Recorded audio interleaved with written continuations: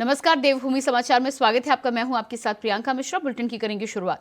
उत्तराखंड के मुख्यमंत्री सीएम धामी 2 दिनों के मथुरा दौरे पर हैं। सीएम गुरु कृपा गार्डन में आयोजित सम्मान समारोह में शामिल हुए। कार्यक्रम के बाद गिरिराज जी की 7 कोष की परिक्रमा भी करेंगे, जिसके बाद वो वसुंधरा रिजॉर्ट में विश्राम करेंगे। आपको बता दें कि कल सुबह 9 बजे दान घाटी मंदिर में पूजा अर्चना करेंगे। साथ ही वात्सल्य धाम में आयोजित षष्ठी मूर्ति महोत्सव में भी शामिल होंगे।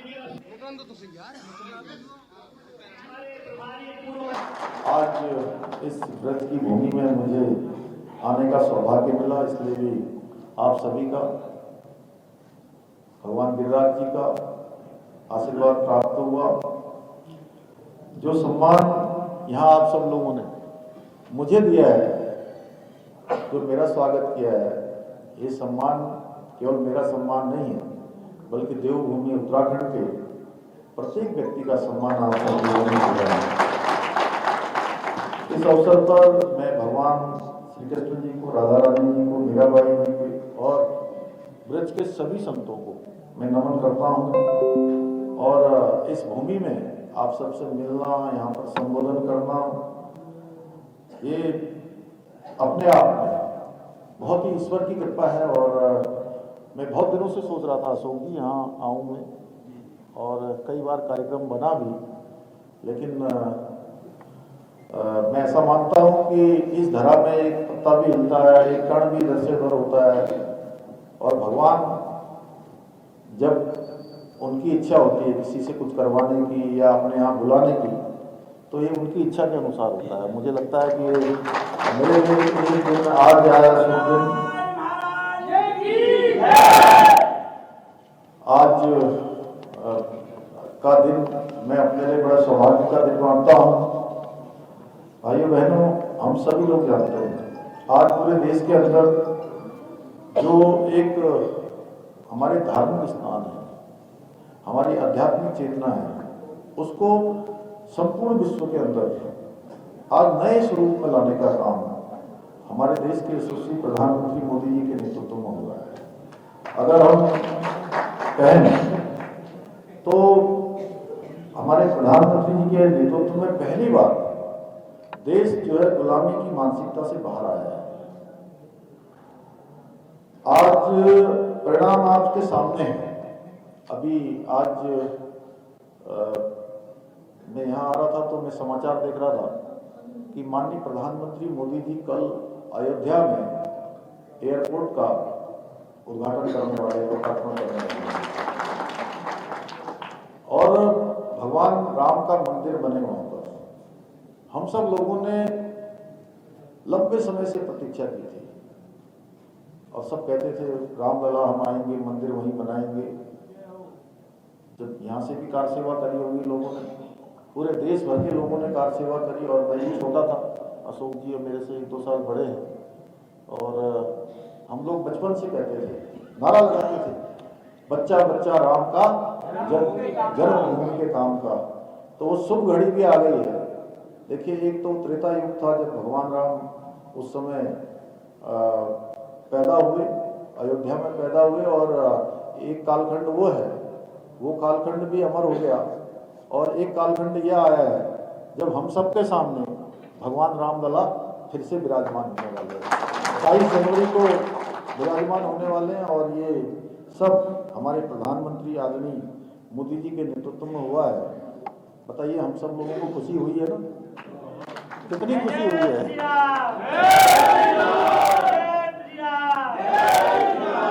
जहाँ भगवान राम का मंदिर बन रहा है, वहीं काशी में काशी विश्वनाथ कॉरिडोर बनकर तैयार हो गया है। भव्य काशी, दिव्य काशी बन गई है।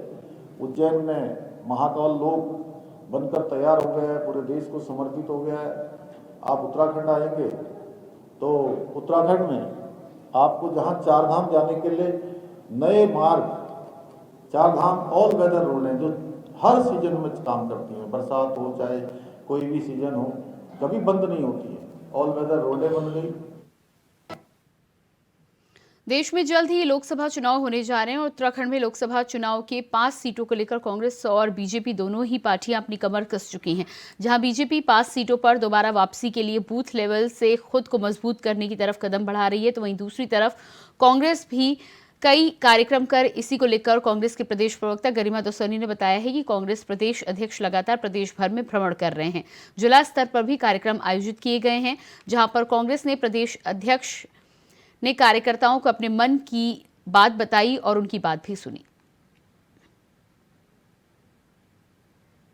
प्राथमिक तौर पर शुरुआत हो चुकी है। जिला स्तरीय सम्मेलन माननीय अध्यक्ष जी के द्वारा उनके नेतृत्व में, उनकी अध्यक्षता में संपूर्ण हो चुके हैं। उन जिला स्तरीय सम्मेलनों में मन की बात सुनी भी गई और सुनाई भी गई और दो तरफा संवाद किया गया कार्यकर्ताओं से। उनकी पीड़ा, उनका कष्ट, उनका जो रोड मैप है लोकसभा चुनाव में किन मुद्दों को लेकर हमने जाने चाहिए और उनकी क्षेत्रीय समस्याओं को लेकर एक व्यापक विचार मंथन हुआ है। आज नागपुर में हमारा स्थापना दिवस मनाया जा रहा है, जिसमें देश के तमाम हमारे दिग्गज नेता, विधायक, मंत्रीगण, प्रदेश अध्यक्ष, नेता प्रतिपक्ष, सांसद, पूर्व मुख्यमंत्री, मंत्रीगण सब जुटने वाले हैं और एक खाका तैयार होगा कि किस तरह से राज्यों को लोकसभा चुनाव के मद्देनजर आगे बढ़ना है और एक शुभ संदेश वहां से माननीय अध्यक्ष जी और नेता प्रतिपक्ष जी लेकर आएंगे। प्रभारी के रूप में कुमारी शैलजा जी की नियुक्ति, संचार विभाग के प्रभारी के रूप में श्रीमती चैनिका उनियाल जी की नियुक्ति, ये बताता है कि कांग्रेस पार्टी फ्रंट फुट पर आ चुकी है और लोकसभा चुनाव के लिए कमर कस चुकी है। खबर देहरादून से है, जहां जमीन सौदे से जुड़ी मनी लॉन्ड्रिंग मामले की चार्जशीट में पहली बार कांग्रेस नेता प्रियंका गांधी वाड्रा का नाम का जिक्र ईडी ने किया है। आपको बता दें कि ईडी के मुताबिक प्रियंका गांधी ने दिल्ली के real estate agent HL Pahwa के जरिए हरियाणा में 2006 में 5 एकड़ की कृषि जमीन खरीदी और 2010 में पहवा को ही बेच दी। इस मामले को लेकर अब उत्तराखंड में भी सियासत शुरू हो गई है। बीजेपी विधायक विनोद चमोली का कहना है कि कांग्रेस पूरी तरीके से परेशानी में है। एक तरफ राहुल गांधी जमानत पर है, दूसरी ओर वाड्रा परिवार पूरे देश के निशाने पर है। इस मामले में उत्तराखंड कांग्रेस की मुख्य प्रवक्ता गरिमा दसौनी ने कहा कि इससे पहले भी कई बार वाड्रा परिवार को जेल में डालने के प्रयास किए गए हैं, लेकिन क्लीन चिट मिलने के बाद भाजपा ने मुंह की खाई है।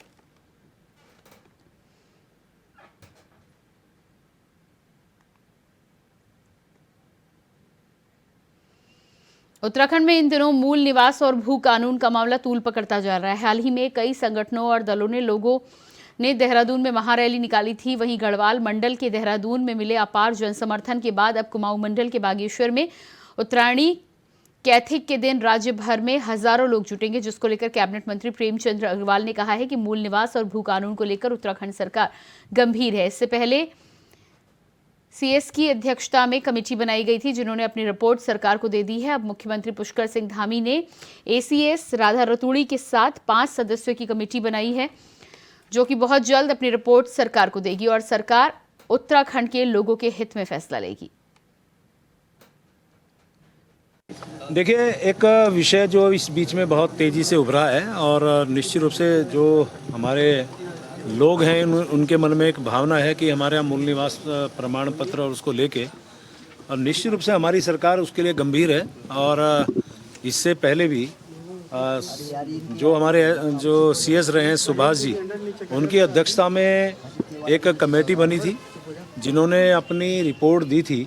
उसके बावजूद माननीय मुख्यमंत्री जी ने अपनी जो ACS हैं राधा रतूड़ी जी, उनके साथ 5 लोगों की एक कमेटी बनाई है जो इसके लिए बहुत जल्द अपनी रिपोर्ट देगी। और हमारा ये मानना है, सरकार का ये मानना है, किसी भी तरह से अपने इस उत्तराखंड का अहित नहीं होने दिया जाएगा। बस इतना ज़रूर है कि लोगों को सरकार पे विश्वास करना चाहिए और भरोसा रखना चाहिए। खबर लक्सर से है, जहां राज्य मंत्री ने धरना स्थल पर पहुंचकर भारतीय किसान संघ से जुड़े किसानों से मुलाकात की है। दर्जाधारी राज्य मंत्री श्यामवीर सैनी ने अपनी मांगों को लेकर धरना दे रहे भारतीय किसान संघ से जुड़े किसानों से मुलाकात की। आपको बता दें कि कई दिनों से गन्ना मूल्य घोषित किए जाने की मांग को लेकर भारतीय किसान संघ से जुड़े किसान लक्सर गन्ना विकास समिति में धरना दे रहे हैं। 8वें दिन गन्ना विकास सलाहकार समिति के उपाध्यक्ष श्यामवीर सैनी ने आंदोलित किसानों के बीच पहुंचकर उनका हालचाल जाना।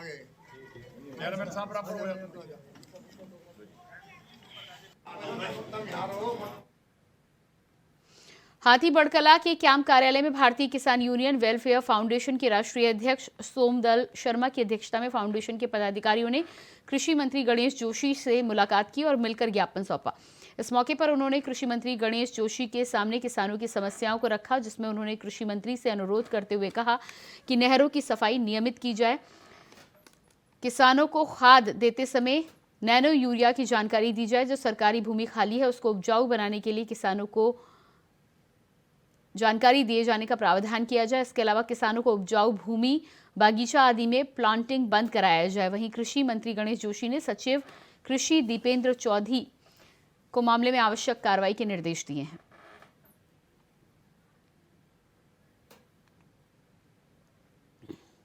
अगली खबर पौड़ी से है, जहां एसएसपी पौड़ी श्वेता चौबे ने नववर्ष के मध्य नजर पर सभी थाना अध्यक्षों को सुरक्षा के पुख्ता इंतजाम करने के लिए निर्देश दिए हैं। श्वेता चौबे ने बताया है कि नए साल के दिन श्रीनगर, लक्ष्मण झूला, लेंसडाउन, कोटद्वार में ज्यादा संख्या में युवा और पर्यटक पार्टी कर हुड़दंग मचाते हैं, जिस पर रोक लगाने के लिए सभी थाना अध्यक्षों को निर्देश जारी कर दिए गए हैं। उन्होंने ये भी बताया कि पुलिस जगह जगह शराब पीकर वाहन चलाने वालों के विरुद्ध कार्रवाई कर रही है। साथ ही गुड्डा चौकी प्रभारी को पहाड़ी क्षेत्र में आने वाले पर्यटकों पर पैनी नजर रखने के निर्देश दिए गए हैं।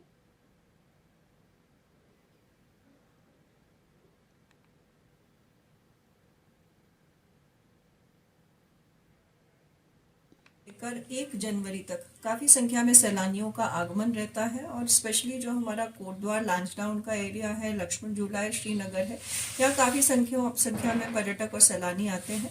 तो इसको लेकर सभी थाना प्रभारी, क्षेत्राधिकारी को निर्देश दिए गए हैं कि अपने अपने क्षेत्र में जितने ये होटल हैं, रिजॉर्ट ओनर्स हैं, इनके साथ एक बैठक कर ली जाए और उनको बाकायदा जो न्यू ईयर और 25th क्रिसमस पार्टी जो सेलिब्रेशन है उसको लेकर दिशा निर्देश जो है जारी किए जाए। कहीं पे भी हुड़दंग ना हो और शांतिपूर्वक जो है वो अपने यहाँ जो सेलिब्रेशंस हैं उसको किया जाए।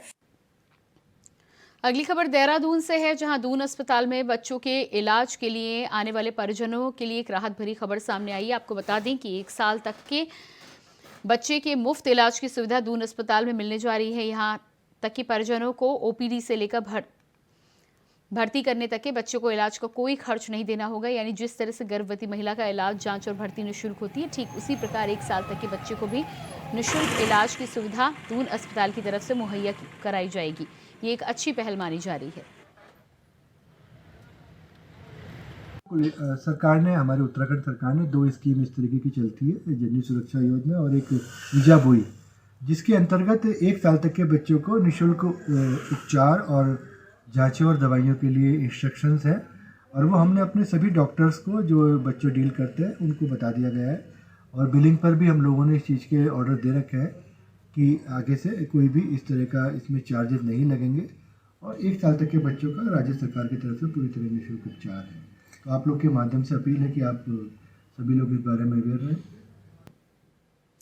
खबर रामनगर से है, जहां पुलिस नशे के खिलाफ लगातार अभियान चलाते हुए कई नशा तस्करों को जेल में भेज चुकी है। इसी क्रम में एसएस प्रहलाद नारायण मीणा के निर्देश पर पूरे जिले में नशे पर रोक लगाने के लिए पुलिस विभाग ने नशे के खिलाफ कार्रवाई की। आपको बता दें कि पुलिस टीम ने खुलासा करते हुए बताया कि काले रंग की कार में सवार लोगों ने पुलिस को देखते ही भागने का प्रयास किया। पुलिस ने घेराबंदी करके कार को पकड़ लिया है, जिसमें 62 किलो अवैध स्मैक बरामद किया गया। उन्होंने ये भी जानकारी दी कि बरामद नशे की कीमत 2 लाख से अधिक है। आरोपियों को कोर्ट में पेश कर कार्रवाई की गई है। घटना में शामिल कार को सीज कर दिया गया है। टीम में शामिल पुलिस कर्मियों की 2500 रुपए का इनाम देने की घोषणा की गई।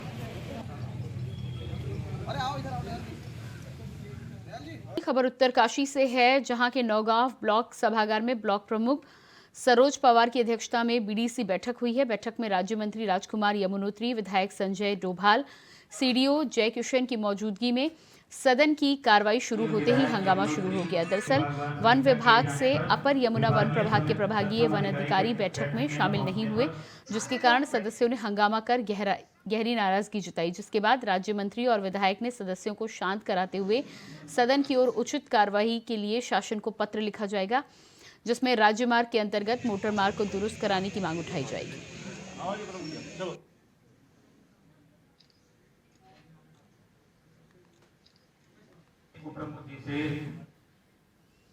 2024 लोकसभा चुनाव की तैयारियां तेज हो गई हैं। एक बार फिर से उत्तराखंड की 5 सीटों पर हैट्रिक लगाने को लेकर बीजेपी हर स्तर पर तैयारियां कर रही है। यही वजह है कि अब प्रत्येक विधानसभा में पूर्णकालिक विस्तारों की नियुक्ति भी कर दी गई है। इस संबंध में बीजेपी मीडिया प्रभारी मनवीर सिंह चौहान ने मीडिया से बातचीत करते हुए कहा कि प्रदेश के सभी लोकसभा क्षेत्रों में पहले ही विस्तारकों की नियुक्ति की जा चुकी है और बूथ स्तर तक संगठन को मजबूत करने और संगठन का विस्तार करने के उद्देश्य से प्रदेश की सभी 70 विधानसभाओं में पूर्णकालिक विस्तारकों की नियुक्ति की गई है।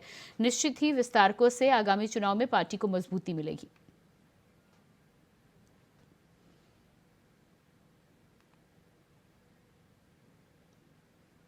हल्द्वानी में भू कानून की मांग को लेकर आज कांग्रेस पार्टी ने एसडीएम हल्द्वानी को एक ज्ञापन सौंपा।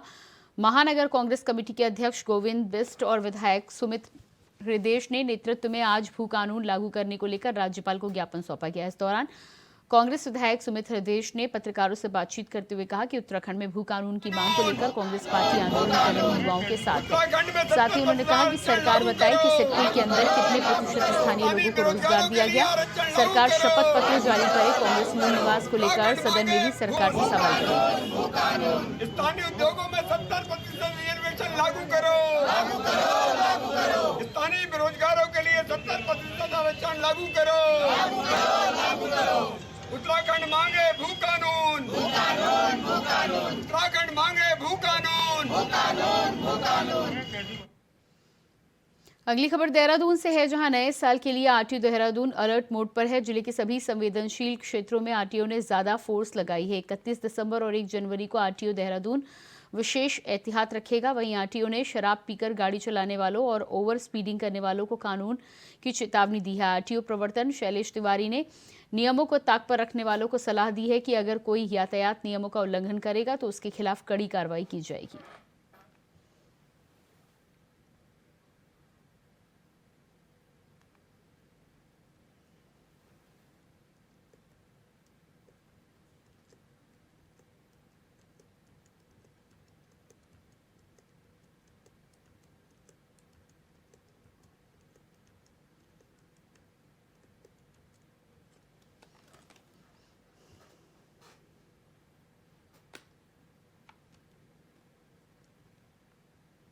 उत्तरकाशी के पुरौला विधानसभा से विधायक दुर्गेश लाल ने भेड़पालकों से मुलाकात कर उनकी समस्याओं को तेजी से निदान की बात कही है। आपको बता दें कि पुरौला विधानसभा में आय का मुख्य साधन बागवानी और भेड़पालन है। पिछले दिनों क्षेत्र में भेड़पालक अपनी भेड़ों को चराने के लिए देहरादून के रायपुर क्षेत्र में आए थे। यहां पर उनके 300 से अधिक भेड़ों की किसी अज्ञात बीमारी के चलते मौत हो गई। बता दें कि अक्सर परमिट लेकर उत्तरकाशी से भेड़ चालक देहरादून में अपनी भेड़ों को चराने के लिए आते हैं। विधायक दुर्गेश लाल ने इस विषय को लेकर पशुपालन मंत्री सौरभ बहुगुणा से मुलाकात की थी। आने वाले दिनों में वह मुख्यमंत्री पुष्कर सिंह धामी से मुलाकात कर उचित मुआवजे की मांग करेंगे।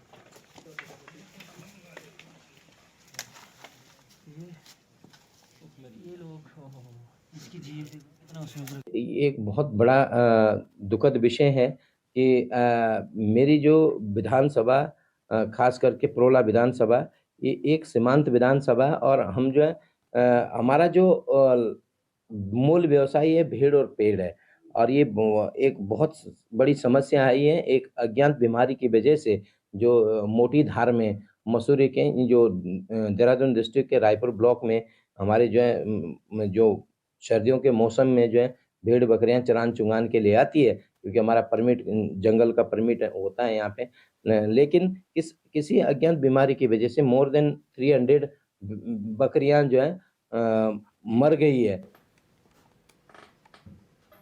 अगली खबर पौड़ी से है, जहां 2 दिन से मेडिकल संचालकों ने औषधि नियंत्रण विभाग की श्रीनगर में हुई कार्रवाई के विरोध में मेडिकल स्टोर बंद किए हुए हैं, जिसमें श्रीनगर की 8 मेडिकल दुकानों से दवाइयों की खरीद बिक्री पर रोक लगा दी गई है। जबकि विभाग का कहना है कि कई स्टोरों पर मेडिकल डिवाइस लाइसेंस न मिलने और मानकों का पालन न करने पर यह कार्रवाई की गई है।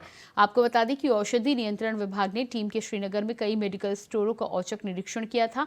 इस दौरान 8 मेडिकल स्टोर में मेडिकल डिवाइस लाइसेंस ना मिलने के चलते अन्य मानकों का पालन ना करने पर टीम की ओर से इन मेडिकल स्टोर पर दवाइयों की खरीद की बिक्री पर रोक लगा दी गई थी।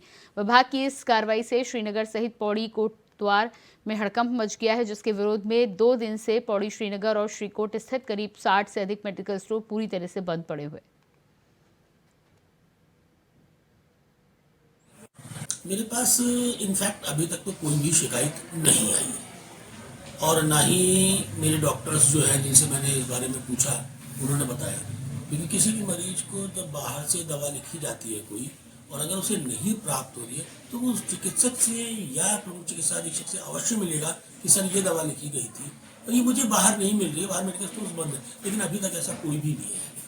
मानकर चलता हूँ और जो मैं देख रहा हूँ अपने कार्यकाल के दौरान कि यहाँ पर लगभग सभी दवाएं उपलब्ध हो जाती हैं। एक आध दवा जो रेयर ऑफ द रेयरेस्ट होती है वही बाहर से लिखी जाती है, अदरवाइज दवा बाहर से लिखने के लिए मना कर रखा है।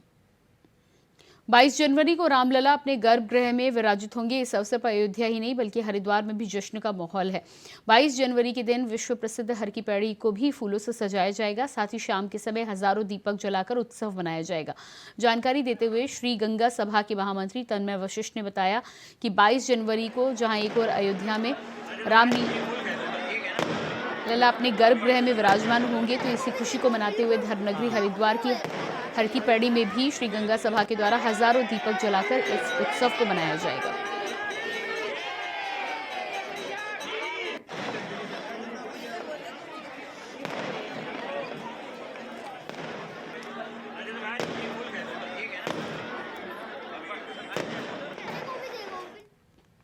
राजधानी देहरादून में नए साल का जश्न मनाने के लिए आने वाले पर्यटकों की वाइन की पर्याप्त मात्रा उपलब्ध रहेगी। जिला आबकारी अधिकारी राजीव चौहान ने बताया कि इस समय सभी वाइन शॉप पर पर्याप्त स्टॉक उपलब्ध है। सभी दुकानदारों को ये कहा गया है कि समय से अपने स्टॉक सरकारी गोदाम से उठा लें। आपको बता दें कि नए साल का जश्न मनाने के लिए आने वाले पर्यटकों की सुविधा को देखते हुए इस समय प्रदेश सरकार ने प्रदेश में सभी दुकानों की 24 घंटे खोलने के निर्देश दे दिए हैं।